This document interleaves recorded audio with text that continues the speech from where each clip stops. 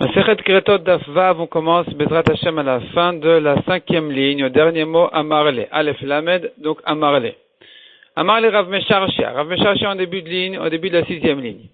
Amarle Rav Mesharshia Livne. Rav Mesharshia a dit à ses enfants, Ki beitu lemeza le migmar kamerabron, quand vous allez étudier la Torah chez votre maître, Grosu miikar amatnitin, d'abord révisez les Mishnayot, ve'adarulu kamerabron, et ensuite vous rentrez chez votre Rav. Donc soyez prêts au shiur, soyez prêts au cours, connaissez d'abord les Mishnayot, ensuite quand le Rav va vous enseigner l'explication, les contradictions, les interprétations dans les Mishnayot, vous saurez déjà de quoi il s'agit. Deuxièmement, lorsque vous vous asseyez devant votre maître, Chazul Pumed Rabron, regardez, voyez sa bouche. Shenemar vayoenecha rot et morecha, tes yeux verront ton maître. V'chigrisitu shmata, troisièmement il leur a dit, V'chigrisitu shmata, lorsque vous révisez, vous étudiez la Gemara, l'enseignement que vous avez appris, grosu almaya, étudiez sur l'eau, à côté de l'eau, de même que l'eau du fleuve, Mashremaya, donc il y a, de même que l'eau du fleuve se prolonge, c'est un siman que de la même manière, Timshor Shmaatron, votre enseignement, votre sugyot, ce que vous apprenez, va se prolonger, vous allez le maintenir longtemps, vous allez vous en souvenir longtemps. Encore une chose, il leur a dit, Akilke de Matamarseya, il vaut mieux être assis, s'installer à côté des poubelles de la ville de Matamarseya, vela padne de Pumbedita, plutôt que d'être dans les palais de la ville de Pumbedita, où les gens là-bas sont des gens très rusés, très, très voleurs, et donc il vaut mieux s'éloigner de eux à tout prix. Encore une chose, Tav Gildana Saria le Meichal, il vaut mieux manger du poisson qui commence même à s'abîmer un petit peu, plutôt que Mikutra. Alors Kutra, c'est du lait fermenté avec du sel, des rames qui casse les rochers. Quand on le verse sur le rocher, ça fait des fentes, ça casse le rocher, et donc ça c'est pas bon. Il vaut mieux même manger du poisson qui commence à s'abîmer plutôt que de manger cette chose-là. Ça c'est toutes les choses que Rav Mesharshia a dit à ses enfants. La Gemara continue et fait une dracha du pasuk qui dit, donc la Gemara maintenant elle reprend ce qu'on a vu, l'onction des rois, et on a un pasuk qui dit, Vatitpalel Chana Vatomar, Chana, la mère de Shmuel Hanavi, elle a fait une tfila, elle a prié, elle a dit à Hachem, Alat libi b'Hachem, Alat libi, mon cœur est joyeux en Hachem, Rama Karni.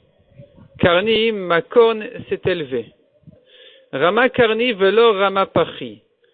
C'est la corne qui s'est élevée et pas la cruche. Qu'est-ce que ça nous apprend? David ou Shlomo shenimshechu bekeren nimshecha malchutam.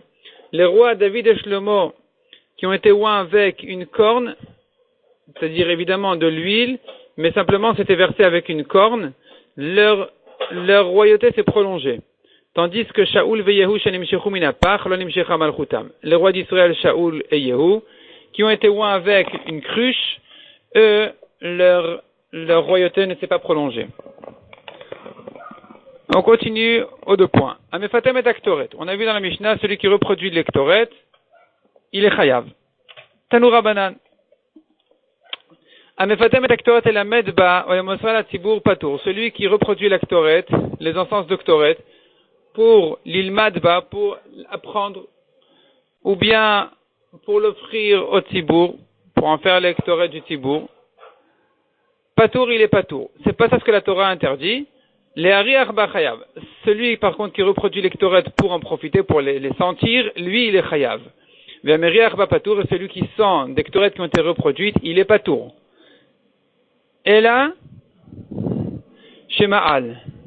Non, pardon, celui qui a senti, non pas d'Ektoret qui ont été reproduites, de la Ktoret elle-même, de la vraie Ktoret, celui qui en profite, en sentant, profite de son odeur, il est patour. Il est patour, donc il est la Shema'al, mais simplement, il est Ma'al, il a fait un changement du Kodesh Ochol en sentant, en profitant du Ekdesh. Demande la Gemara Omika Meila Bereach, est-ce que vraiment celui qui a senti une bonne odeur du Ekdesh, ça s'appelle qu'il a profité du Ekdesh? Pourtant, V'amar Rabbi Shimon ben Pazi, Amar Rabbi Yoshua ben Levi, Mishum bar kapara, Kol, Umare vereach, En ben Mishum meila. Nous avons trois choses qui sont un peu abstraites, et donc il n'y a pas de meila dessus. Quelles sont les trois choses? Kol, c'est la voix, le chant des Lévi'im, celui qui en profite, celui qui en tire un profit pour lui-même, il n'a pas fait de meila, il n'est pas chayav de korban meila. Malgré que c'est destiné en fait à la avoda, au service du Beth Amikdash. Ou maré de même, celui qui profite de la vue, celui qui profite des magnifiques constructions du Beth Amikdash, vereach ou de l'odeur d'Ektoret, en ben mishu meila, il n'est pas chayav de korban meila. Donc on a demandé pourtant, on vient de dire que celui qui a senti l'Ektoret, il a eu été moël, il en a eu profité. Répond la Gemara, quand est-ce qu'il n'y a pas de meila? C'est qu'une fois que les encens ont déjà été, si les encens ont déjà été brûlés, c'est là où il n'y a pas de meila. Mais tant qu'elles n'ont pas encore été brûlées, alors il y a une meila. C'est interdit et celui qui en a profité, il a été moël. Car tu n'as pas de chose, on ne trouve jamais une chose qui, une fois que sa mitzvah a été faite, il y a un korban meila quand on en profite. Donc de la même manière, les ketoret, si on a déjà brûlé les encens des ketoret, à partir de ce moment-là, il n'y a plus de meila pour celui qui en profite. Donc ce qu'on a dit qu'il est chayav de meila, c'est qu'avant que ce soit brûlé. Demande la Gemara à l'amalo, pourquoi tu dis qu'une mitzvah qui a été faite, il n'y a plus de problème d'en profiter? On a pourtant le prélèvement des cendres du misbéach, où là, a priori, sa mitzvah a déjà été faite, puisque ces cendres-là sont des cendres de korban qui a déjà été brûlée, donc la mitzvah a été déjà faite correctement. Malgré tout, celui qui en profite de ces cendres-là, il est moël, il est chayav d'un korban meila. Répond la Gemara, Mishum davet rumatadesh anubigde keuna, car nous avons deux exceptions dans la Torah qui sont le prélèvement des cendres et les habits du Kohen, qui sont les deux endroits où, malgré que la mitzvah a déjà été faite, celui qui en profite, il est chayav d'un korban meila. Et puisque la Torah s'est répétée dans ces deux exceptions-là en disant qu'il est chayav, donc nous retrouvons la règle qui dit que shne ktuvim abaim ke'echad, ce sont deux psukim qui répètent la même chose, donc il y en a un en trop, et quand on a une répétition de deux psukim, c'est pour nous dire que ce ne sont que ces deux-là qui sont concernés par cette halakha. Ce que dit la Gemara, vechol shne ktuvim abaim ke'echad en melamdim. À chaque fois que je trouve deux psukim qui disent la même chose, ils n'enseignent pas à d'autres choses. C'est pour nous dire que c'est une exception, c'est que dans ces deux cas-là où cette halakha est valable, donc chez nous, ça veut dire que celui qui a profité d'une mitzvah qui a déjà été faite comme des bigdei keuna, les habits du Kohen, ou bien des prélèvements des cendres, malgré que la cendre vient après la mitzvah qui a déjà été faite avec le korban, c'est là où il est chayav celui qui en profite. Mais sinon, il est pas tout.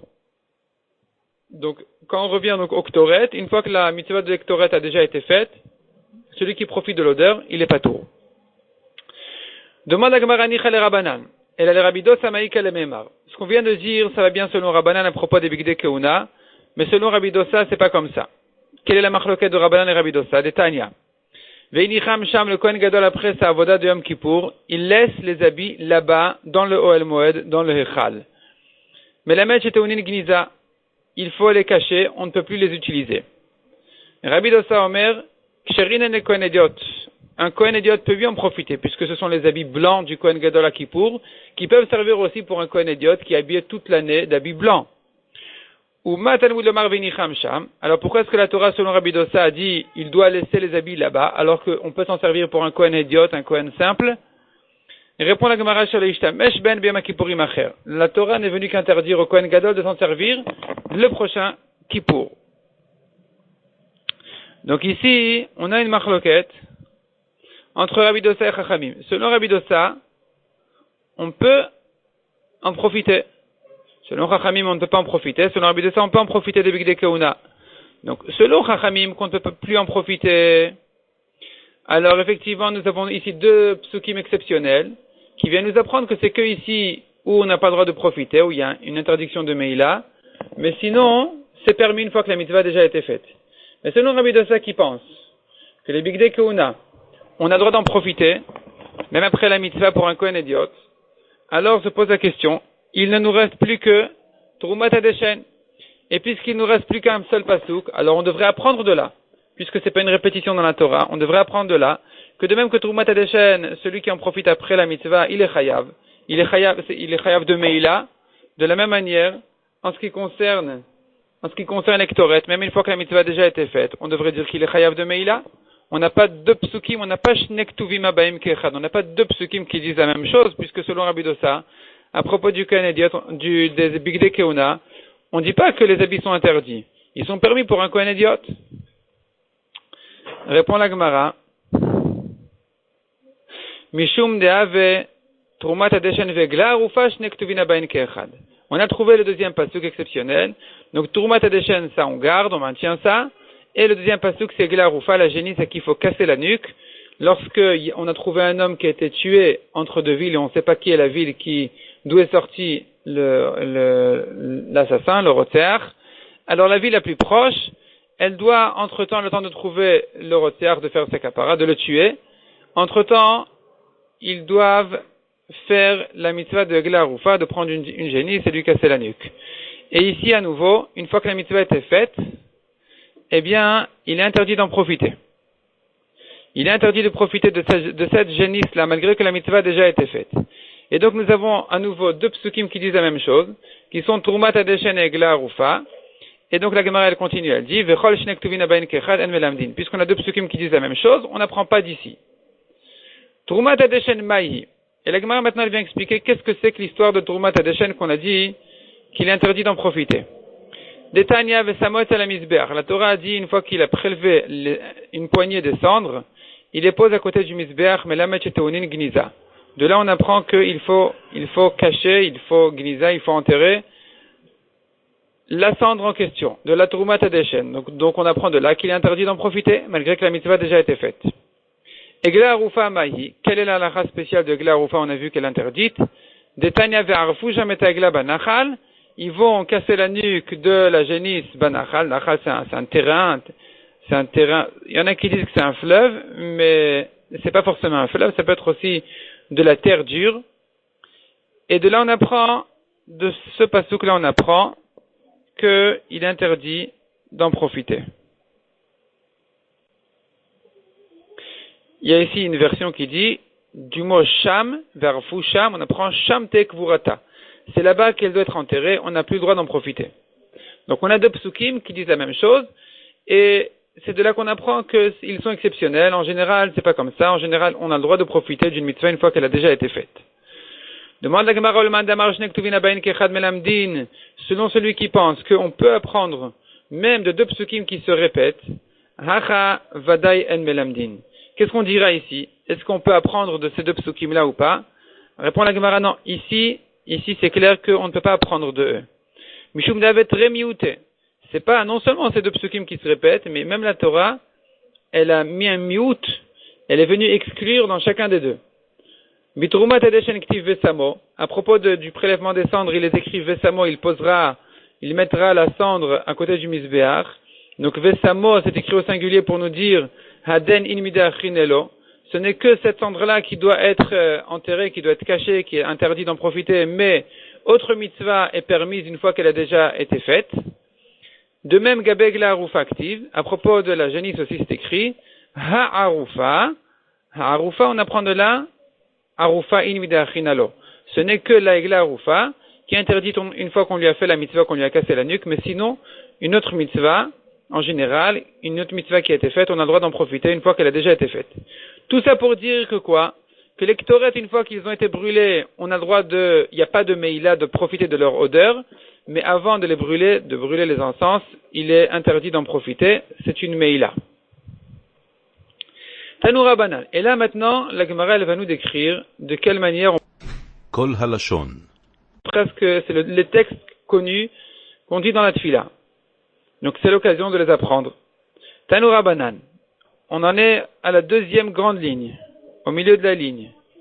Pitoum aktoret. Comment est-ce qu'on prépare les ktoret? Hatsori vatziporen vachalbena valevona. Ici on a quatre espèces d'encens différentes. Mishkal shivim shel shivim mané. Chacune de ces quatre espèces doit peser 70 manées. Un mané c'est 100 dinars. Donc ici, on a 4 fois 70 manées. Ça fait 280 déjà. Ensuite, on a encore 4 autres espèces, mor, uktia, veshibolet, nerd, vecharkom, qui pèsent chacune, mishkal, shisha, asar, shel shisha, asar mané. Chacune 16 manées. Hakosht, shnem, asar. L'espèce d'encens qui s'appelle kosht doit peser 12 manées. Kiloufa, shlosha, vekinamon, tisha. Et enfin, les deux dernières espèces d'encens, qui s'appellent kiloufa et kinamon. La kiloufa, elle fait 3 manées, et le kinamon, il fait 9 manées. Ça fait en tout 368, comme on verra à la fin du Hamoud. Borid Karshina, ici la Braïta elle continue avec encore d'autres espèces qu'il fallait amener, mais qui ne faisaient quand même pas partie des encens de Ktoret. Ce sont des espèces qui servaient à préparer les Ktoret, mais elles ne faisaient pas partie des Ktoret elles-mêmes. Donc Borid Karshina, Borid c'est du savon, Karshina c'est l'endroit d'où vient ce savon-là. Tisha cabines, 9 cabines. 9 cabines. Yen kafrisin, c'est in tlata kabin tlata. Yen kafrisin, c'est du vin de l'endroit de Kafrisin. Et sa quantité était de 3 séim et 3 kabim. Donc chaque CA, c'est 6 kabim. Et donc quand je dis 3 séim et 3 kabim, ça fait 3,5 séim. Im en lo yen kafrisin, et s'il n'a pas de yen kafrisin, ce vin en question, mevi chamar chivarianatik, il peut amener du vin blanc, vieux, ancien, et il peut s'en servir aussi pour préparer avec les ktoret. Il faut encore ajouter au ktoret melar sodom itrova, du sel de la ville de Sodome, rova à cave, un quart de cave, malé ashan kol sheu, une herbe malé ashan qui fait monter la fumée droit vers le haut, sans qu'elle se disperse, kol sheu. Même un tout petit peu de cette herbe-là, c'est suffisant. Et c'est ça, d'ailleurs, cette herbe-là a été perdue avec le temps au moment de la destruction du Beth Amikdash. Comme la Gemara dans Masechet Yoma raconte que les gens d'Avtinas ne voulaient pas raconter quelle était cette herbe-là. Ils ne voulaient pas enseigner au public quelle était cette herbe-là. Donc ça a été perdu avec la destruction du Beth Amikdash. En tout cas, c'est une herbe spéciale qui fait monter la fumée droit vers le haut. Rabbi Natan Omer Afkipayat Ayarden Kol Sheu. Il y avait encore une herbe qui pousse à côté du Yarden qui aussi venait s'ajouter pour préparer les ktoret. Aussi, il suffit de Kol Sheu d'un tout petit peu. Ve'im Natan Badvash Pesela. S'il a mis un peu de miel dans les ktoret, il a rendu tout pasoul. Parce qu'on n'a pas le droit de sacrifier du miel au Mizbeach.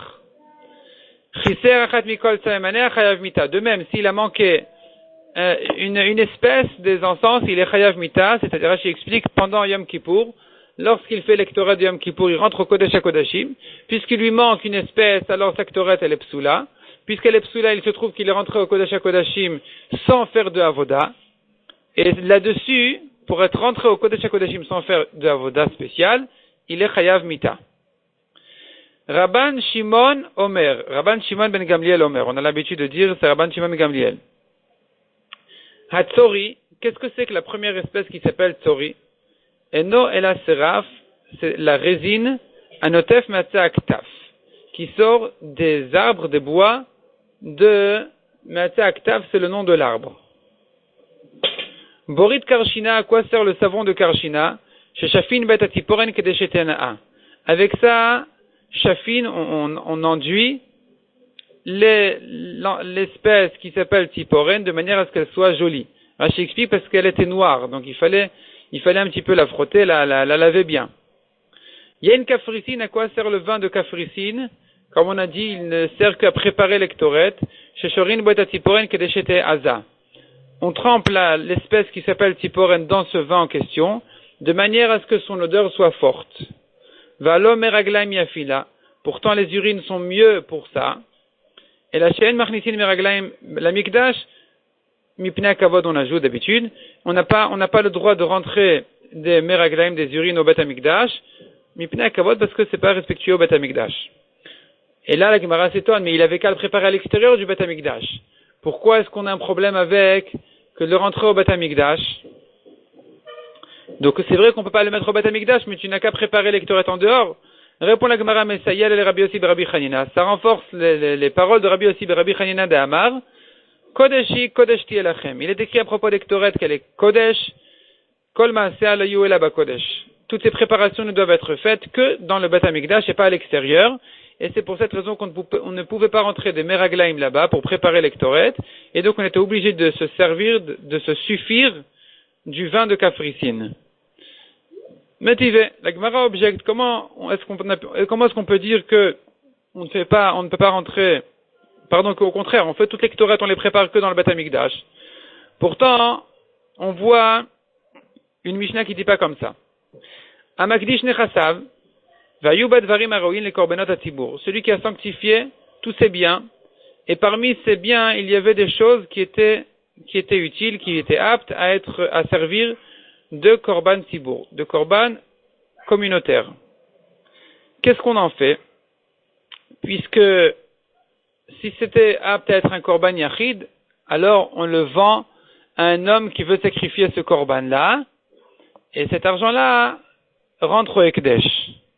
Mais ici, c'est un korban tibour. Donc on a un problème avec, qu'est-ce qu'on en fait? En faire un korban tibour, c'est pas possible parce que les korbanot communautaires ne viennent que du machatit à shekel, de ce que tout le public donne, tout ce que tout le klal Israël donne. Or ici, c'est quelqu'un qui est venu, qui a fait ce don-là. Et puis de toute façon, son intention n'était pas pour les korbanot. Son intention n'était que pour le Bedek Habayit, pour les frais de construction du Beth Amikdash. Donc qu'est-ce qu'on en fait? Yinatnu laomanim mischaran. On le donne aux artisans pour leur salaire. Donc on paye les artisans du Beth Amikdash avec ces choses-là qui peuvent servir de korban tibour. Et là, ça c'est la Mishnah dans Masechet Shkalim. Et la Gemara demande sur cette Mishnah-là, de quoi il s'agit? Hanedvarim arouin maininu. Ces choses-là qui peuvent servir de korban tibour. Quelles sont ces choses-là? Quelles sont-elles? Ibema vechaya tanale. Si il s'agit d'animaux, de bêtes sauvages, on l'a déjà enseigné là-bas dans Shkalim. Ça fait partie des choses qui peuvent servir aussi de korban yachid, d'un korban d'un particulier. Donc on l'a déjà enseigné, qu'est-ce qu'on en fait? C'est pas les choses qui sont données aux artisans. Iyenot shmani muslatot. S'il s'agit de vin, d'huile et de farine, tanale, ça fait partie aussi des choses qui peuvent être sacrifiées par un n'importe quel particulier. Ça fait partie d'un korban yachid. Qu'est-ce qu'il nous reste? Et la lave ktoret. Il nous reste la ktoret, qui est la seule chose qui ne peut servir que comme korban tibour, et pas korban yachid. C'est la seule chose qui ne peut servir que comme offrande de tout le klal Israël, et qui ne peut pas être offerte par un particulier. Et donc, qu'est-ce qu'on voit ici? Que on paye avec les artisans. Donc, on voit que c'est fait à l'extérieur du Kodesh. C'est pas fait forcément dans le Beth Amikdash. On peut s'en servir pour payer les gens. Et donc ça contredit Rabbi Yossi ben Rabbi Hanina qui a dit que toute leur préparation n'est que dans le Kodesh. Si c'était dans le Kodesh, on n'aurait pas pu s'en servir pour le donner aux artisans. C'est pas possible, puisqu'il se trouve qu'ils profitent du Kodesh. Répond la Gemara, Amar Rabbi Yoshaya Bota Nitenet Leomanim Ischaran. Il s'agit ici des Ktoret qui sont effectivement donnés aux artisans en tant que salaire. Detania, Motar, Detania, comme on a enseigné dans la Braïta, qui dit comme ça. Motar, qu'est-ce qu'on faisait des restes des Ktoret? Pourquoi les restes des Ktoret? Parce que comme on verra par la suite, dans les Ktoret, chaque année, il restait un petit peu. On en laissait, c'est-à-dire il y avait une quantité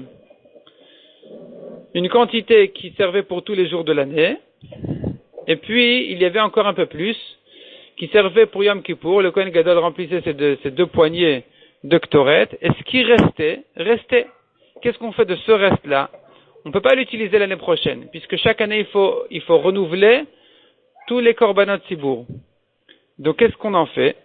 Ayum afrishin sachara umanin. Alors, on mettait de côté l'argent qu'on voulait donner pour payer les artisans. Umchalelin ota almaota umanin. Et on rachetait la kedusha de la ktoret sur ces pièces-là qui doivent être payées aux artisans. Venotnin otan la umanin bischaran. Et on donnait les ktoret aux artisans pour leur salaire. Vechozrim velokrinota. Et ensuite on revient chez les artisans et on leur dit, écoutez, n'est-ce pas que vous venez de recevoir des ktoret? Nous sommes intéressés au nom de la voda du Beth Amikdash de les racheter. Maintenant, de quelle manière on va les racheter? Mitruma chadasha. Truma chadasha, c'est le nouveau prélèvement de Machatit HaShekel de la nouvelle année. Et donc maintenant, effectivement, on retourne chez eux, on leur dit écoutez, vous avez reçu en tant que salaire des Ktoret, on vous les rachète, et cette fois avec de l'argent qui peut servir pour acheter des korbanot tibour de la nouvelle année. Donc effectivement, ce qu'on a demandé, comment Rabbi Yossi Rabbi Chanina a dit que ce n'est fait que dans le Beth Amikdash, les Ktoret, alors qu'on a dit qu'on les paye, on s'en sert pour payer les artisans, effectivement. On s'en sert pour payer les artisans, mais il s'agit des restes des Ktoret, et c'est toute une démarche de quelle manière on les paye. Donc en réalité, il s'agit, oui, d'une Ktoret qui a de la Kedusha. Simplement, il y a des fois le besoin, une nécessité spéciale de l'utiliser pour payer les artisans. Demande la Gemara Mat Kifla Rav Yosef Abekul ou Motarot Tane Chozrin Velokrin Otamitruma Chadasha. À propos de tous les restes, on enseigne là-bas dans Masechet Shkalim qu'effectivement il fallait les racheter avec les nouveaux prélèvements de Machatit HaShekel. Ve'acha, tandis qu'ici à propos des Ktoret, Ve'acha ici à propos de cette halakha, Lotane. La Mishnah n'enseigne pas qu'on les rachète de la Trouma Chadasha, du nouveau prélèvement. Donc on ne peut pas expliquer de cette manière-là la Mishnah. On ne peut pas dire qu'il s'agit des restes des Ktoret qui sont donnés en tant que salaire et ensuite on les rachète avec la Trouma Chadasha. La Mishnah ne dit pas qu'on les rachète avec le nouveau prélèvement. Et la Rav Yosef, Be'echad Misamana Ktoret. Il ne s'agit pas de payer, il ne s'agit pas de quelqu'un qui a offert, qui a sanctifié tous les espèces d'encens. Il s'agit par contre de quelqu'un qui n'a été makidish, qui a sanctifié qu'une des espèces, et donc elle n'a pas de kedusha. Et donc effectivement, on peut s'en servir pour payer aux artisans, pour la donner aux artisans en tant que salaire. Il n'y a pas de problème. Ça ne doit pas être fait forcément dans le Beth Amikdash. Quand est-ce qu'on a dit que les Ktoret sont faits dans le Beth Amikdash? C'est que quand on prépare les vrais Ktoret qui vont servir dans le sens du Beth Amikdash, de la Avoda. Mais là, c'était un don de quelqu'un, et il n'avait ici qu'une seule espèce, et cette espèce-là, c'est pas grave de la donner aux artisans. De toute façon, on ne l'a pas préparée dans le Beth Amikdash. Tanoura Banan, Ktoret Eitan Aset, Shasah Mané. Les Ktoret, on en faisait, Shin Samechet Mané, 368 mané. Le poids de 368 mané. En tout pour toute l'année. Shin Samechet Keneged Motachama, 365 pour les jours de l'année solaire. Shlosha Manin Eterin, il reste encore 3 manim en plus. Chez Mehen Machnis Kohen Gadol Melochofna Yom Kippourim. Le Kohen Gadol, il remplissait ses 2 poignées à Yom Kippour de ces 3 manim qui restaient. Ve'achar, est-ce qui reste, qui n'est pas rentré dans les poignées du Kohen Gadol, Nitenet Laomanil Misraran, on la donne aux artisans pour leur salaire, Kedetania, comme ce qu'on a enseigné dans la Braïta, Motar Aktoret Mayosin, qu'est-ce qu'on faisait des restes des Shinsrara Omanin, d'abord, on mettait de côté le salaire des Oumanim, des artisans, Umchalelin Ota Alma Ota Oumanin, et on rachetait l'actoret sur cet argent-là, Venotnin Otan Laumanin Misraran, et ensuite on donnait l'actoret aux artisans en tant que salaire, Vechozrin Velokrin Otan Mitrumat Alishka, et on l'a racheté du prélèvement, Mitrumat Alishka, du nouveau prélèvement de Alishka, c'est la pièce dans laquelle se trouvaient les prélèvements de Machatit HaShekel.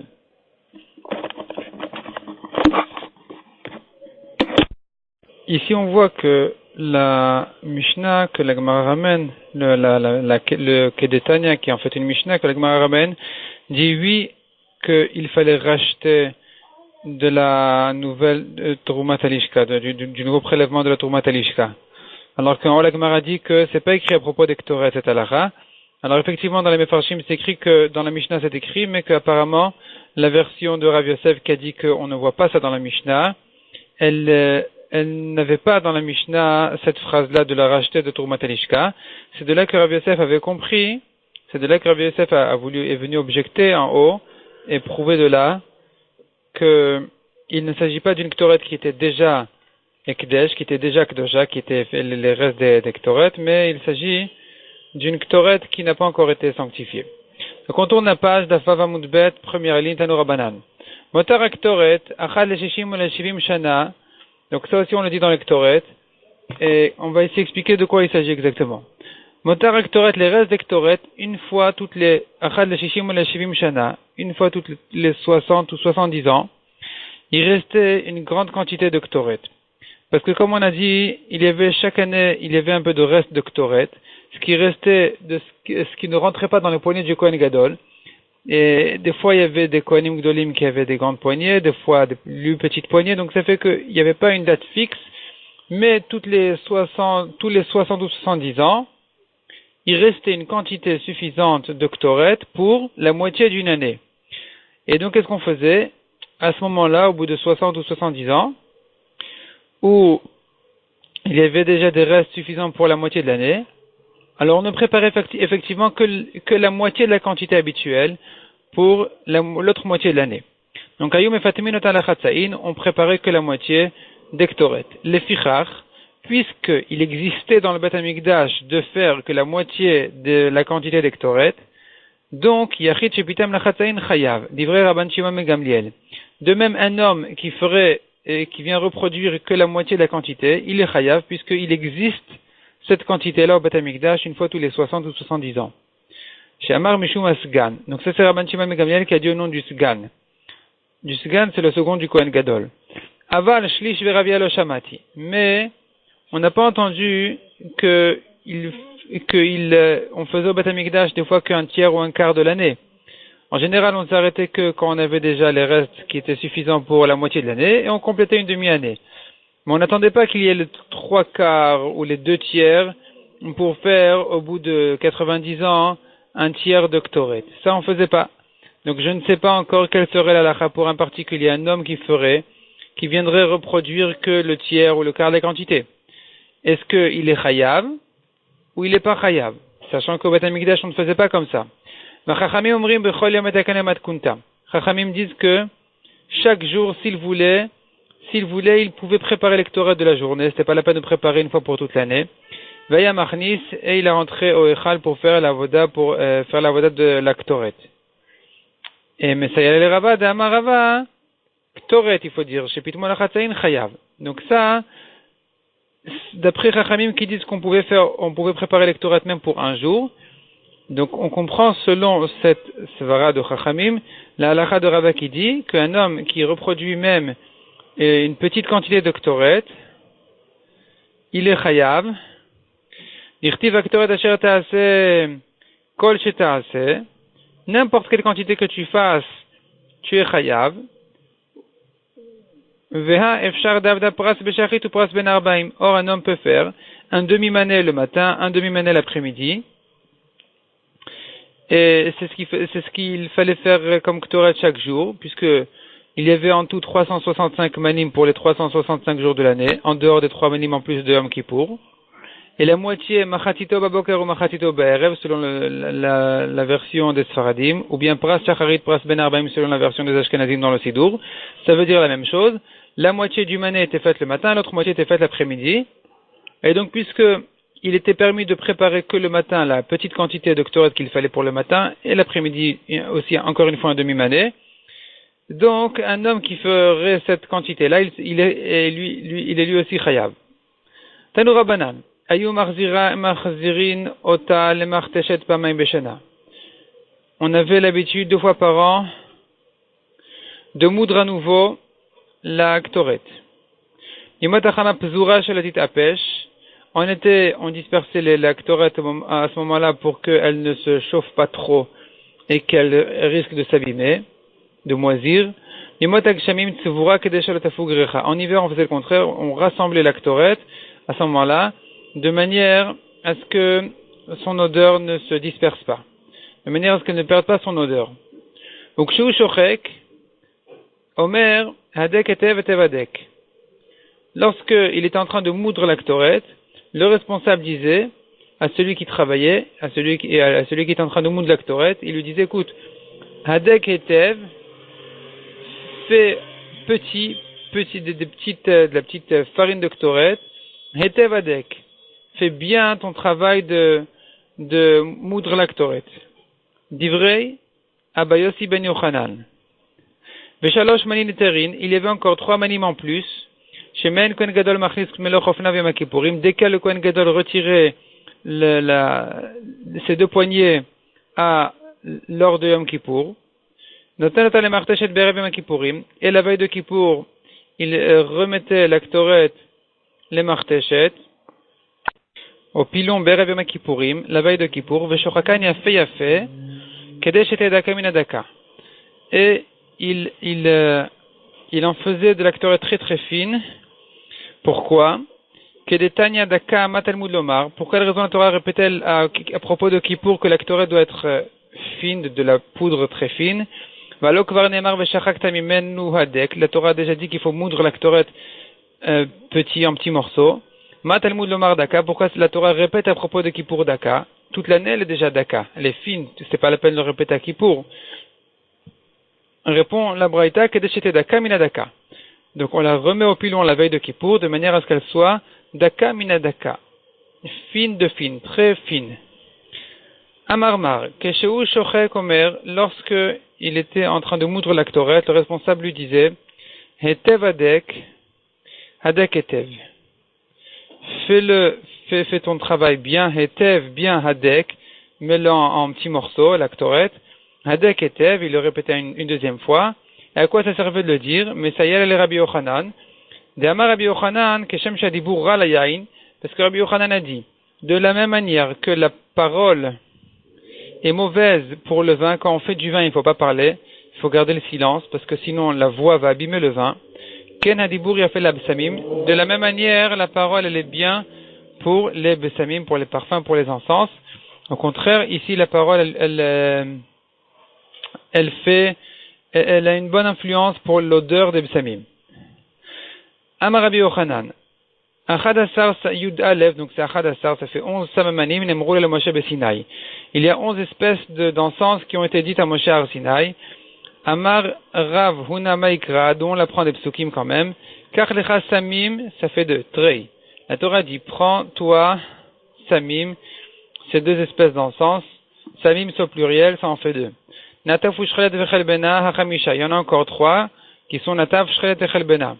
Ça fait 5. Besamim Achrine, la Torah dit ensuite Samim. C'est encore une fois 5. Hamisha. Asara, ça fait 10.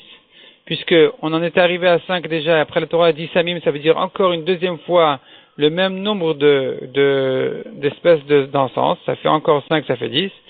Ulvona Zaka. Et enfin la Levona. Chad, ça fait encore 1. Chad Seré, ça fait en tout 11. Demande la Gemara Vema Samim Klaf. On devrait dire Klal. On devrait dire que la dracha du Pasuk, on devrait la faire autrement. On devrait dire comme ça. Samim, c'est un Klal. Donc c'est une généralité. La Torah n'a pas précisé de quelle espèce il s'agit. Nataf Ushchalet Vechel Ben Aprat. Ici la Torah nous donne les détails. Samim Chazar Vekalal. À nouveau la Torah dit Samim qui est à nouveau un Klal. Donc ici on a Klal ou Prat ou Klal. Et Atadana Elaken Aprat. Quand on a un Klal, les détails et à nouveau un Klal, la dracha se fait d'inclure tout ce qui ressemble aux détails. Ma'aprat meforach davar shekiter ve'ole verechon odef. De même que les détails qui sont nataf, shchelet echel bena, nous savons, on les connaît comme des encens qui sont kiter ve'ole, ça veut dire que leur fumée elle monte directement vers le haut. Et deuxièmement, verechon odef, ils ont une bonne odeur. Avkol davar shekiter ve'ole verechon odef. De même, j'apprends de là à inclure toutes les encens qui montent, dont la fumée monte directement vers le haut et qui a une bonne odeur. Donc c'est comme ça qu'on devrait faire la dracha. On ne devrait pas apprendre d'ici qu'il y a spécialement 11 ou pas 11. C'est pas le nombre qu'on apprend d'ici. On apprend d'ici à inclure tout ce qui ressemble au détail. Mais Ritema Imken, si tu me dis qu'on ne pouvait pas faire comme ça la dracha, parce que si c'était comme ça, alors l'Irtov Grachad Prata, la Torah aurait dû se suffire d'un seul détail. C'était pas la peine d'en dire 3. D'un détail, j'aurais déjà compris toutes ces deux caractéristiques qui sont que la fumée monte et qu'elle ait une bonne odeur. Les aïe, mitrach triche. La Gemara dit non, on en a vraiment, bémet, on en a besoin des 3 détails. Dis katav nataf, parce que si la Torah n'avait dit que nataf, ava amina, min ilan in, aval gidule karkalo. J'aurais dit que peut-être que nataf c'est une espèce d'arbre, mais ce qui pousse directement de la terre n'est pas bon pour l'ectorette. Parce que comme on a dit nataf, c'est la résine de l'arbre. Donc je ne sais pas qu'on peut utiliser aussi pour l'ectorette quelque chose qui pousse directement de la terre. Mishumari katavu shchelet, c'est pour ça qu'on a le deuxième détail shchelet, qui est guidou karka, qui pousse de la terre et qui n'est pas une sorte d'arbre. Et si on avait eu que shchelet, j'aurais dit le contraire, j'aurais dit que c'est bien que ce qui pousse directement de la terre, mais pas les arbres. Mishumari katav nataf, c'est pour ça que la Torah nous a répété, nous a ajouté encore ce détail-là de nataf pour inclure les arbres. Vechel bena le gufeata. Et le troisième détail qui est chel bena, on en a besoin pour lui-même, mipnei sherechara, car il a une mauvaise odeur et malgré tout la Torah est intéressée de la rentrer dans l'Ektoret, comme on verra par la suite du Hamoud. Donc en réalité, le fait que la Torah nous ait donné 3 détails, c'est pas pour le nombre des 11, c'est pas pour en arriver à la dracha qu'on a vue en haut, qui disait 2 plus 3 plus 5 plus 1. C'est pas comme ça qu'il faudrait faire la dracha. Il faudrait maintenir la dracha de klal ou prat ou klal. Et malgré qu'on aurait pu croire qu'il serait suffisant de dire qu'un seul détail, la Gemara ici repousse en disant non, c'est pas vrai, j'ai besoin des 3 détails. Donc, revient la dracha de klal ou prat ou klal, et pas du nombre. Répond la Gemara, imken mikach lecha nafka. C'était pas la peine d'écrire pour ça, kach lecha samim. Si la Torah avait dit kach lecha, prends pour toi, et elle avait sauté le mot samim, elle serait passée directement en détail, nataf ou shrelet vechel bena, j'aurais pu faire la même dracha en disant kach lecha c'est un klal, tu prends pour toi n'importe quoi. Ensuite j'ai les détails de nataf shrelet vechel bena, et ensuite j'ai à nouveau le klal de samim, et ça aurait été suffisant pour faire la dracha. Et puisque la Torah a ajouté le mot samim, j'entends de là que non, ici la Torah elle est intéressée qu'on fasse le compte des 11 samamané à Ktoret. Demande la Gemara Veima Samim Batre Treninu, que Samim Kadmei, qui a dit que quand la Torah nous a dit Samim, le premier Samim ça fait 2. Nataf Ushrelet Vechel Bena ça fait encore 3, ça fait 5. Ensuite la Torah nous dit Samim, on devrait dire que encore Samim, ça fait encore 2, ça fait 7. Pourquoi est-ce qu'on a décidé de dire que le deuxième Samim il est comme le premier, et donc il fait encore 5, qui font en tout 10? Répond la Gemara Imken Irtov Samim Samim Bade Adade. Si vraiment la Torah voulait nous dire par le deuxième Samim 2 espèces, elle aurait dû écrire Samim, les 2 mots Samim, un à côté de l'autre. Vesof, et ensuite, Nirtov Natav Vushrelet Vechel Bena, la Torah nous aurait dit les 3 détails. Donc j'aurais dit ici, Samim 2, Samim une deuxième fois, c'est encore 2, et ensuite on a les détails de Natav Shrelet Vechel Bena, ça fait 7, en tout. Mais puisque la Torah n'a pas dit comme ça, elle a dit Samim après les détails de Natav Shrelet Vechel Bena, j'entends de là que le deuxième Samim, en réalité, c'est le total de tous les 5 premières espèces. Et c'est comme ça qu'on en est arrivé à 11. Parce qu'on a dit, Samim ça fait 2, Nataf Shred Vechel Bena ça fait encore 3, ça fait 5, et à nouveau Samim ça fait encore 5, et ensuite on a Levon Azaka, c'est le 11e. D'ailleurs, dans le Ben Ishraï, c'est écrit que c'est bien de les compter avec les doigts de la main droite. Parce que la voda s'est fait de la main droite, donc il est bien de les compter avec la main droite. Donc quand je dis Samim, j'ouvre 2 doigts, je continue Nataf Shred Vechel Bena, on continue à compter jusqu'à 5. Ensuite, quand on redit Samim, on rouvre toute la main entière qui fait encore 5. Et Levona, c'est le 11e. De même, quand on compte ensuite les détails dans la Braïta, de Hatzor et Hatzipor et Nachal Bena Levona aussi, c'est bien de les compter avec les doigts. Dever Rabbi Ishmael Tane. La Gemara continue, ramène une autre dracha qui est effectivement la dracha de Klal ou Prat ou Klal. Donc il ne fait pas la dracha dans le pasuk comme on a voulu dire que le pasuk fait allusion ici au nombre des Samamané Aktoret, mais on fait une dracha ici de Klal ou Prat ou Klal. Donc Samim Klal, Nataf Shchelet Vechel Bena Prat. Le premier Samim c'est un Klal, la Torah n'a pas dit de quoi il s'agit. Ensuite elle est rentrée dans les détails, Nataf Shchelet Vechel Bena c'est Prat, c'est les détails. Samim Chazar Vekalal, et à nouveau la Torah nous dit Samim c'est à nouveau un Klal. Klal ou Prat ou Klal Yatadan Elakana Prat, puisque j'ai ici un Klal ou Prat ou Klal, donc j'ai la généralité, le détail, à nouveau un Klal, donc j'apprends de là tout ce qui ressemble au détail. Ma Prat Meforach Davar Shekiter Ve'ole Verechon Odef, de même que le détail, ils sont des espèces qui ont une fumée qui monte directement vers le haut et qui ont une bonne odeur. Afkol Davar Shekiter Ve'ole Verechon Odef, de même toute chose dont la fumée monte directement vers le haut et qui a une bonne odeur. Oenoela, et la Braïta elle-même demande sur elle-même, donc la Braïta de Rabbi Ishmael demande sur elle-même. Peut-être qu'il faudrait faire la dracha autrement en disant Klal Bichlal Rishon, le deuxième Klal, donc le deuxième Samim, on devrait l'expliquer comme le premier Samim, comme le premier Klal, ou Prat et Prat Rishon, et le deuxième détail, comme le premier détail. La Gemara va expliquer ensuite qu'est-ce que ça veut dire cette phrase-là.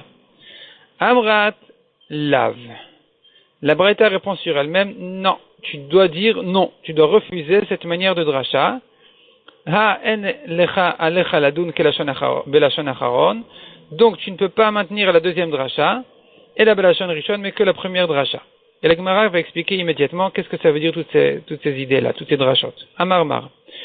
O eino ela klal beklal rishon ou parad parad rishon. Donc on a vu dans la Braïta que la Braïta s'était étonnée sur elle-même, s'était interrogée, peut-être qu'il faudrait faire une autre dracha en disant que le klal c'est comme le premier klal, le deuxième prat c'est comme le premier prat. Amrat lav, non, tu dis non, il faut refuser cette manière d'expliquer. Ha en alecha ladun. Et à nouveau, la Braïta dit, non, donc il faut reprendre la première, il faut refuser la deuxième dracha et reprendre la première dracha. Et la Gemara demande sur ça, Maïkouchiak. Quelle était la question du Tana ici, de la Braïta? Quelle était la question? Quelle était la réponse? Qu'est-ce qui se passe? Voici la question. Samim batrae, on devrait dire que le deuxième samim, c'est pas 5, ça fait 2. Qui samim kadmae traîne, de même que le premier samim, il en fait 2 et pas 5. Donc on devrait dire le premier samim il en fait 2, le deuxième samim il en fait aussi 2. Hadar veshani kedeshanian. Et la Braïta, elle a fait marche arrière, à nouveau elle a répondu que non. La même réponse qu'on a donnée, qu'il est impossible de garder cette dracha là, de dire que le deuxième samim il est comme le premier. Deim kanirtov kra. Si c'est comme ça que la Torah voulait nous dire que le deuxième samim il en fait 2, alors elle aurait écrit samim, les deux samim un côté de l'autre, de manière à comprendre que ça fait 2 plus 2, et ensuite natafu shchelet vechelbena. Mais la Torah n'a pas dit comme ça, elle a gardé le deuxième samim pour après chelbena. Une fois que la Torah a cité déjà donc 5, elle a écrit le deuxième samim pour faire allusion à encore 5. Umaï prat de prat rishon. Et qu'est-ce que la Braïta voulait dire en disant qu'on devrait faire une dracha en disant que le deuxième prat, le deuxième détail, il est comme le premier? Qu'est-ce que ça veut dire cette phrase-là? Voici la question de la Braïta. Minei ilanot galfe min nataf. On devrait dire qu'on apprend toutes les espèces d'arbres de l'exemple du nataf, qui est la résine de l'arbre de Hatziaktaf, comme on a vu. Vegidulekar kayalfe mishchelet. Est-ce qu'il pousse directement de la terre? On l'apprend de shchelet. Velil fenami. Alors on devrait dire aussi, on devrait apprendre aussi milevonazaka, de Haïti, bechad tzad. Levonazaka n'a qu'une seule caractéristique de ces deux-là. De neti davar sherechon odef. On devrait donc inclure de la même manière que levonazaka a une bonne odeur, va falpi shen kitervole, malgré que sa fumée ne monte pas directement vers le haut, on devrait apprendre d'elle qu'il en est de même pour toutes les espèces qui ressemblent à celle-là, qu'elles sont ksherot pour lectoret. Or, on ne dit pas comme ça, on dit qu'il faut les deux conditions. Il faut que la fumée monte directement vers le haut, en dehors de ce qui est écrit clairement dans la Torah, évidemment, mais comme la levona, qui n'a pas cette particularité d'avoir une fumée qui monte vers le haut. Mais sinon, on devrait dire que il n'y a pas besoin que la fumée ne monte vers le haut directement. Hadaramar, imken irtovkra levonazaka bemitze. Et sur ça, la Braïta répond sur elle-même, sur sa propre question en disant que si c'était comme ça qu'on voulait dire que le deuxième prat il est comme le premier, d'apprendre de là que même si la fumée ne monte pas directement vers le haut, c'est bon. Si c'était comme ça, la Torah aurait dû écrire la levona au milieu. La Torah n'a pas fait comme ça. La Torah a écrit d'abord Samim, ensuite les 3 Nataf, Shchelet et Chelbena, à nouveau Samim qui fait allusion à encore 5, et à la fin de cette liste-là, c'est écrit Levona. Pourquoi est-ce que la Levona, elle est sortie de la liste, elle vient après les 2 Samim, alors qu'elle aurait dû rentrer entre les 2 Samim? C'est pour nous dire que non, on ne peut pas apprendre de la Levona c'est exceptionnel.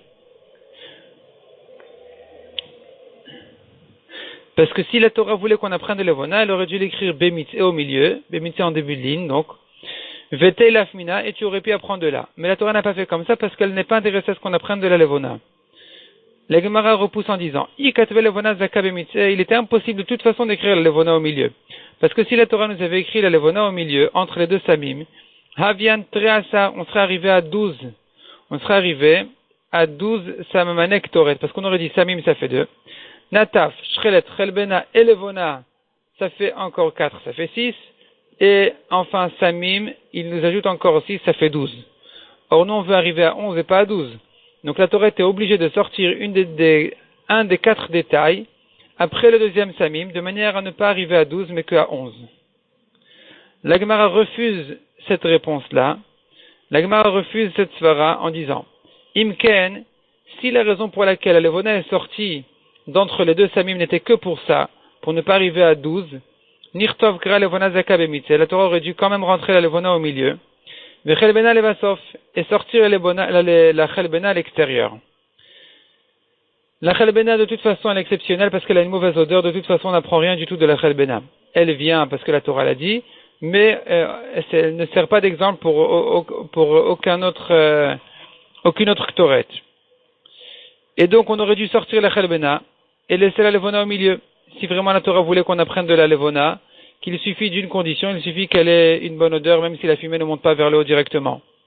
Et puisque la Torah n'a pas fait comme ça, et ce qu'elle a choisi de sortir entre les deux samim, c'est bien la levona, c'est la preuve que la Torah veut qu'on n'apprenne pas de la levona. Elle veut pas qu'on apprenne de la levona, et donc on garde ce qu'on a dit, de dire qu'il faut les deux conditions. Et premièrement, que la fumée monte directement vers le haut, et ensuite, deuxièmement, qu'elle ait une bonne odeur. Resh Lakish Amar Migoufa. Resh Lakish dit non, j'ai encore une autre preuve qu'on ne peut pas prendre de la levona. Migoufa, d'elle-même. Malachon Ktoret, de son propre nom de Ktoret, j'entends, Davar Shekiter Veolé. C'est une fumée qui monte directement vers le haut, pas qui se disperse sur les côtés. Et donc, c'est déjà la preuve de ne pas prendre la levona.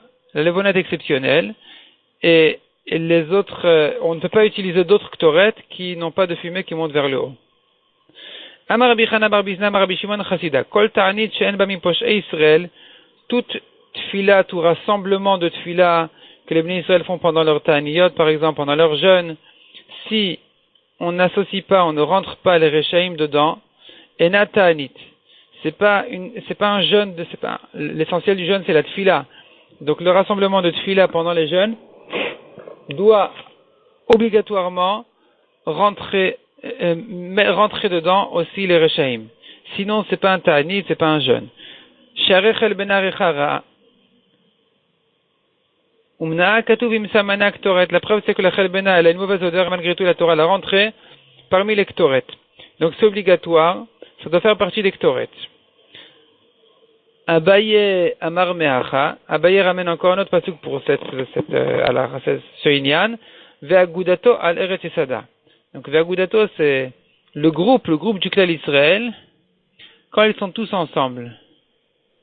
À ce moment-là, al Eretz Yesada, ils sont institués sur la terre. Donc on voit qu'il faut que le Klal Israël soit regroupé et que même les Rechaim rentrent dans leur tfilot.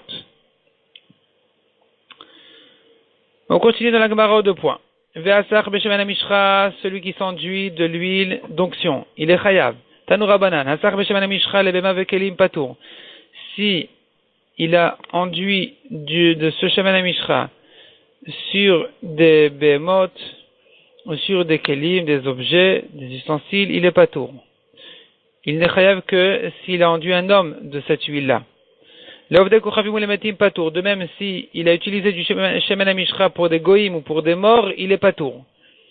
Demande la Gemara, je comprends qu'effectivement, s'il a mis du shemen hamishcha sur des animaux ou sur des kelim, il est patour. Pourquoi? Dirtiv al besar adam lo yisach. La Torah n'a parlé que sur la chair d'un homme. Sur la chair d'un homme ne pas enduire du shemen hamishcha. Ou bema vekelim lavadamhu. Or, les behemoths, les animaux et les kelim ne s'appellent pas un homme.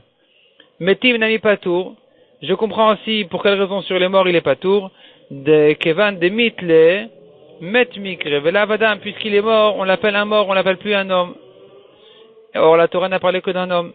Et la ovde kochavim amay patour. Haadam ninu. Mais les goïm, pour quelle raison il est patour? Celui qui a mis du shemen hamishcha sur un goï. Pourtant ce sont des hommes, ce sont des êtres humains.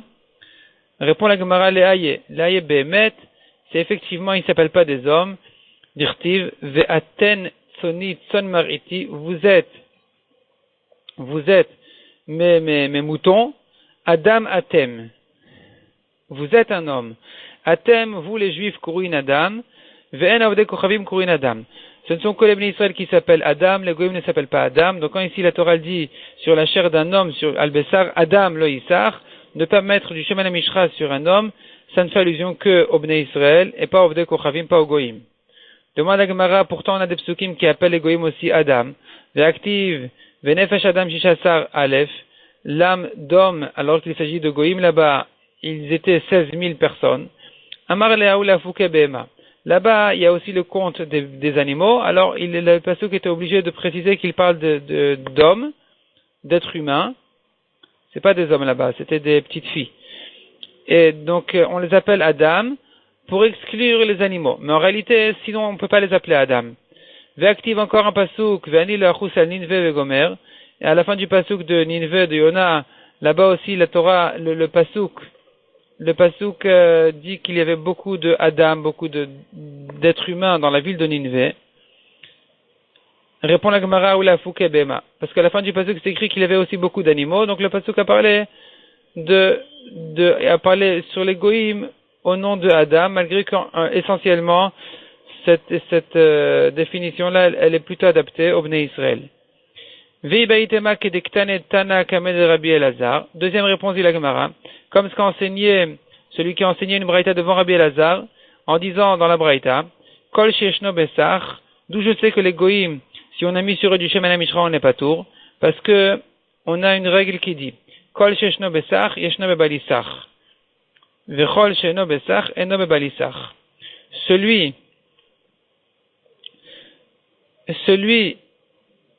qui est Bessar, qui s'enduit, Yeshno Bebalisar. Il est concerné par le Issour de s'enduire. Vechol Sheno Bessar, Eno Bebalisar. Celui qui n'est pas... Rashi explique. Kol She Yeshno Bessar, Kol Sheu Over Kesheu Sach et Atzmo et Acherim. Celui qui transgresse la mitzvah quand il s'enduit du Shemen HaMishra, lui ou aux autres, Shemetzuve Shelo Yasur Mishemen HaMishra Lezar, car il est ordonné il est concerné par la mitzvah de ne pas mettre du Shemen HaMishra sur un étranger. Yeshno Bebalisach. C'est sur lui qu'on parle quand on dit je continue dans Rashi, Metzuvim Acherim Alav Shelo Lesucho. Les autres sont ordonnés de ne pas mettre sur lui du Shemen HaMishra. Donc je reprends. Kol Sheshno Besar, celui qui est concerné par la mitzvah de ne pas mettre du Shemen HaMishra. Yeshno Bebalisach, c'est de lui qu'on parle que sur lui il ne faut pas mettre du Shemen HaMishra. Vechol sheno besach, et celui qui n'est pas concerné par cette mitzvah comme un goy, comme un mort, comme une béma, comme des kelim, eno bebalisach, il n'est pas non plus, c'est pas sur lui qu'on a dit qu'il ne faut pas mettre de cette huile-là. Tanya Idach. Encore une braïta. Hasach beshemen hamishra lebema vekelim, leovde kochavim umetim, patour. Celui qui met du shemen hamishra sur des animaux, des objets, des goïm ou des morts, il est patour. Les Melachim ou le Kohanim, s'il a mis sur un roi ou sur un Kohen, Machloket. Rabbi Meir Mechayev et Rabbi Uda Poter. Donc selon Rabbi Meir il est Chayav, quand il a mis sur un roi ou un Kohen, selon Rabbi Uda il est Patour. Deuxième Machloket, ve Kama Yasur vi Chayav. Quelle est la quantité d'huile qu'il doit mettre pour être Chayav? Rabbi Meir Omer Kol Sheu, Rabbi Uda Omer Kazaït. Selon Rabbi Meir même un tout petit peu, selon Rabbi Uda qu'un Kazaït. Demande à Gemara Vamar. Rabbi Uda Patour. Pourtant on vient de voir que Rabbi Uda dit qu'il est Patour. Donc pourquoi est-ce qu'il dit un kazaït? On a vu deux machloktot. Dans la première machloktot, on a dit que Rabbi Uda dit qu'il est pas tour. Dans la deuxième machloktot, on a dit qu'il n'est chayav qu'à partir d'un kazaït. Donc ça se contredit. Répond la Gemara qui pata Rabbi Uda. Quand est-ce que Rabbi Uda dit qu'il est pas tour? Gabé melachim ve kohanim. Ce n'est que dans le cas où il a mis le shemen hamishra sur un roi ou un kohen. Gabé idiot mi chayav. Mais sur un homme simple, évidemment qu'il est chayav. Et c'est sur ça que Rabbi Uda dit qu'il n'est chayav qu'à partir d'un kazaït. Rabbi Meir et Rabbi Uda b'maï pligé. La Gemara maintenant vient expliquer quelle est la machloket de Rabbi Meir et Rabbi Uda. Amar Rabbi Yosef beha pligé. Voici la machloket. Rabbi Meir savar al besar adam lo yissar ktiv. La Torah nous dit deux psukim. Un pasuk qui dit sur la chair d'un homme il n'a pas le droit d'enduire de l'huile de shemen hamishra. Ou ktiv, on a un autre pasuk qui dit Va'asher yiten mimenu alzar. Celui qui met du shemen hamishra sur un étranger, il est chayav. Donc, on a ici deux expressions de la Torah. Lo yissar, ne pas s'enduire. Deuxièmement, va'asher yiten, ne pas mettre. Maintenant, la notion de yiten, en général, matana, c'est donner quelque chose, mettre quelque chose, c'est minimum un kazaït. Mais, justement, ici vient la marloquette entre Rabbi Meir et Rabbi Yehuda. Masicha, Rabbi Meir pense, Masicha kolshu afnetina kolshu. Puisque la Torah comparait ici la notion de sicha avec la notion de netina, de même que sicha, s'enduire même une petite quantité, ça s'appelle déjà sicha. De la même manière, netina, c'est même kolshu, même un tout petit peu, il est déjà chayav. Mais Rabbi Yehuda Savar, Rabbi Yehuda ne pense pas comme ça. Et lui, il pense qu'il y a le fina netina de alzar, mais netina de alma. Au contraire, on apprend, quand la Torah elle a dit, Asher yiten, celui qui met de l'huile, il est chayav, on apprend cette netina en question, ce yiten-là. Ce yiten-là, sur un étranger, on l'apprend du netina en général. Ma netina de alma kazait, af netina de alzar kazait. De même qu'en général, le mot netina fait allusion à un kazait, de la même manière ici aussi, ça fait allusion plutôt à un kazait. Aval, sicha, le mimshach, melachim ve kohanim, livra kol kol sheu. Mais la sicha d'enduire les rois et les kohanim, donc la mitzvah, ici on ne parle pas d'une avera, on parle au contraire de la mitzvah de mettre du shemen hamishra, l'huile d'onction, pour oindre les rois et les kohanim. Selon tout le monde, il est suffisant d'un tout petit peu, parce que ici c'est pas écrit netina, c'est écrit sicha, donc il suffit d'un tout petit peu. Deuxième marloquette qu'on a vu, vient Rabbi Yosef expliquer quel est le fond de la marloquette entre Rabbi Meir et Rabbi Yehuda, Gabe Melachim ou Ve Kohanim. À propos des rois et des Kohanim, est-ce qu'on est chayav si on leur met du shemen hamishra ou pas? Bien sûr qu'il s'agit après qu'on leur a fait déjà l'onction de la mitzvah. Rabbi Meir Savar, Vachariten Emmanuel Zarktiv. Rabbi Meir pense, le pasuk parle d'un étranger. Ou Melech Ve Kohen Hashtazarim Ninu. Or le roi et le Kohen aujourd'hui, une fois qu'on leur a déjà fait la mitzvah du shemen hamishra, de le oindre avec le shemen hamishra, ils sont dorénavant considérés comme des étrangers puisqu'ils n'ont plus besoin de ce shemen hamishra, ils n'ont plus de mitzvah. Et puisqu'ils sont comme des étrangers, alors on est chayav sur eux aussi. De Rabbi Yehuda Savar, Beinan, Ad Deika Zar Mitrilato Ve'ad Sofo. Rabbi Yehuda lui, il pense pas comme ça. Il pense il faut qu'ils soient étrangers depuis le début jusqu'à la fin pour être chayav dessus. Ou Melech Ve Kohen Mikar Alav Zarim Ninu. Or le roi et le Kohen, au début, ils n'étaient pas étrangers vis-à-vis du shemen hamishra, puisqu'au contraire, ils étaient concernés, ils avaient besoin du shemen hamishra. Il fallait leur faire la mitzvah de les oindre avec le shemen hamishra. Et donc, puisqu'il y avait un moment donné où ils n'étaient pas considérés comme étrangers vis-à-vis du shemen hamishra, alors on n'est pas chayav sur eux.